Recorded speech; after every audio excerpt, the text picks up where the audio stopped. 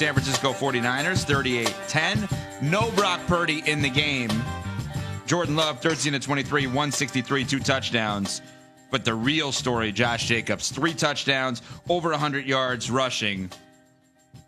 This is an interesting one for the Packers, Smalls, because this was a big game going in. And then when you saw who wasn't playing, you're just like, all right, like they should blow out the San Francisco 49ers. No Purdy, no Trent Williams, no Bosa.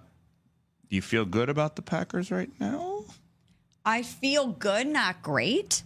And I know they're coming off an emphatic win over a game that they had circled based on what happened at the end of their season last year. When the San Francisco 49ers knocked them out of the playoffs last year, Jordan Love and company talked about the fact that they were ready for this one because they thought about that specific loss and the way that that game ended the entire offseason. It was a motivating factor. So they wanted to prove a point versus San Francisco. They wanted to prove that this year was going to be different. And they went out there and they handled their business in an emphatic fashion. Josh Jacobs has been amazing. Jordan Love did not have any turnovers. The defense continues to be outstanding with the takeaways. But I don't know how confident I can feel in the Green Bay Packers being the best team in their division or a real Super Bowl contender when you beat the 49ers without Brock Purdy, without Trent Williams, and without Nick Bosa. Obviously, that's a different team. So while they handled their business and they did it in impressive fashion, I don't know if I still fully trust them based on the quality of the competition yesterday. Well, trust when it comes to postseason play comes down to how we feel about the quarterback and the head coach, right? Yeah. And we feel pretty good about Matt LaFleur sitting here today. Feel great about the it. question mark is Jordan Love, and yesterday he didn't do anything to cover himself in glory. I think he was 1 of 7 in passes that traveled 15 or more yards from the line of scrimmage. Mm-hmm. And so there's this element of the vertical passing game that hasn't been consistent, and then you've also seen Jordan Love throw an interception in every single game that he's played in this season. Jordan Love, I couldn't believe this when I saw it, has only had 2 games where he's had a passer rating north of 100 this season. Only 2. And yet the Green Bay Packers through Week 12 are sitting here at 8-3. So the question becomes, how do you feel about Jordan Love as we get closer to December and January football? And my answer would be, you got to feel pretty good because of who his head coach is, because of who his running back is, because of who his offensive line is, because of who his receiving core is, and then also the way that we've seen the defense transform under Jeff Hafley. So I guess my whole point is the Green Bay Packers clearly haven't played their best football because Jordan Love hasn't played his best football, and yet they're sitting here at 8-3. To me, it's not just about being the best team, but it's getting hot at the right time. Which they did last year. Listen, the Detroit Lions and the Philadelphia Eagles been hot for a while. We ain't been able to say that about the Green Bay Packers in terms of them being quote-unquote hot, and yet they're still winning football games. Yeah. So if and when that light switch does flip on, if and when they do hit that groove, this becomes a really, really dangerous team. I don't trust the Green Bay Packers because it's hard to trust a team when the quarterback has turned the ball over in every single game he's played in. But they are a team that nobody's going to want to play once the playoffs get here because of their potential and because of what we saw last year. Question on that. Are they too early in the process? Is Jordan Love too young in the process to be a flip-the-switch team? Because that's kind of what they feel like. It's like, oh, well, wait till they get to the playoffs. Like, I kind of want to see them dominating the way that the Lions and the Eagles have. Well, they dominated yesterday. Well, yeah, but the depleted team. But that's what good teams do. So I mean, the Dallas Cowboys were depleted, and what did the Washington Commanders do? They lost at home. Yeah. So I got to give them credit for stacking the wins. I guess my whole point is, if you're looking at the Green Bay Packers, Jordan Love, we know, is one of the most talented quarterbacks in the conference. We've seen Jordan Love go on the road and win a playoff game in emphatic fashion. We've seen Jordan Love push the 49ers to the brink in the postseason when they had all of their players available to them. So we know it's in him. It's just a matter of when we're going to get that version of him. And the fact that we haven't seen it so far this season leads me to look at this more of glass half full than glass half empty.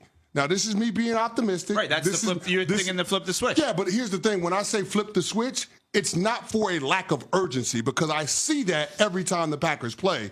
It's just that the mistakes, the details haven't been quite as buttoned up as you would expect a championship contending team. But knowing how good their coaching has been, especially under Matt LaFleur, why would we not give the benefit of the doubt to the Green Bay Packers, to Jordan Love, that they're going to get better as the season progresses? I'm totally fine with that. They're in an impossible division, obviously. It's amazing how good they are, and they're in third place. And they can Minnesota still, and Detroit. but here's the crazy thing. They can still win the division. Yeah. It's just wild to They think can that still they're in win third it. place. Don't you think they're the biggest X factor when it comes to the NFC playoff picture? Yes. They are the biggest X factor in the NFC right now because you're right. We haven't seen the best of Jordan Love by a long shot. They've still won 8 games. Even when Jordan Love was injured, they found ways to win games with Malik Willis. Josh Jacobs in the defense has been outstanding. We trust the head coach. We're just waiting specifically for this one player to turn on the Jets, which we saw exactly at this time last year. And even without him playing up to his potential, they keep winning games. So I don't know. I am still in that I'm going to hold my breath so that I'm not disappointed space with the Green Bay Packers. But I also have a lot of hope that they're going to get hot at the right time, just like they did last year, but it'll be a different outcome this year. I think they're probably the biggest X factor because most people would look at the NFC and say definitively they could envision 2 teams getting to the Super Bowl in Detroit and Philadelphia. And can they envision a third? I think Green Bay is the only one. I think people are still tentative on picking Minnesota. Well, yes, I would agree with the Minnesota point. Here's what I'll say about Detroit and Philadelphia. They feel like they are head and shoulders above everyone. Yeah. And they probably are. Mm-hmm. This Green Bay Packers team, on the right day, can be both of them. Yeah, I would agree. They can. I mean, yesterday, Christian Watson drops a dime from Jordan Love. I mean, 50 yards out. He can't walk it to him any better. That's a touchdown. Mm-hmm. So, like, the things that we want to see from Green Bay, them unlocking that vertical element to the passing game, being more consistent in that regard, they're right there. They're knocking on the door. They're knocking on the door. It's right there. Yep. They've got all the elements. You got the receivers. You got the running back. You got the offensive line. You got a defense that's top 10 in terms of points allowed per game. They create turnovers. They're top 5 in takeaways. You got everything it takes. It's just a matter of the quarterback coming around. And Smalls, I got a sneaky suspicion that once December and January football gets here, we'll start to see a better version of Jordan Love. I saw a little bit yesterday. He was licking his lips a little bit yesterday. No interception. He was licking his lips a little bit yesterday. I'm just saying. He was licking his lips a little bit yesterday. So I'm just going to put that out there. The flip side of it is the Niners are in big trouble. Oh, yeah. Big trouble. Nobody's healthy. They're not playing well when they are healthy. They're going into the offseason, where there's going to be a ton of conversation about the Brock Purdy contract. In no way, shape, or form are they record-wise done, but they are in last place in a division that no one is running away with. Seattle 6-5, Arizona 6-5 after the Seattle win against Arizona yesterday. The Rams lose last night, as we've discussed, to the Eagles. They're 5-6, and the Niners are 5-6.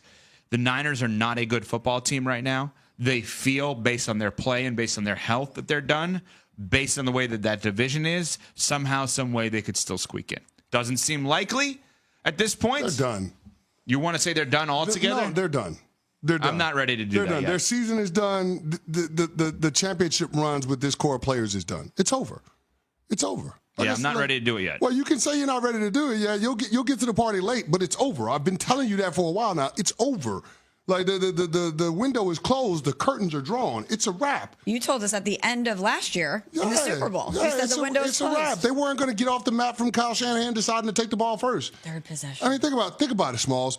They've played 12 playoff games since 2019. Wow. That's damn near a season. Wow. In playoff games. That's a lot of football games to play without actually winning the ultimate prize. And now you're seeing all of those games start to take a toll on older veteran players, guys like Christian McCaffrey, guys like Trent Williams, guys like George Kittle, guys like Deebo Samuel. It catches up to you. Mm-hmm.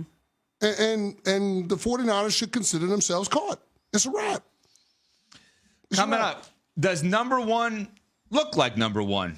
We'll explain next. It's Unsportsmanlike.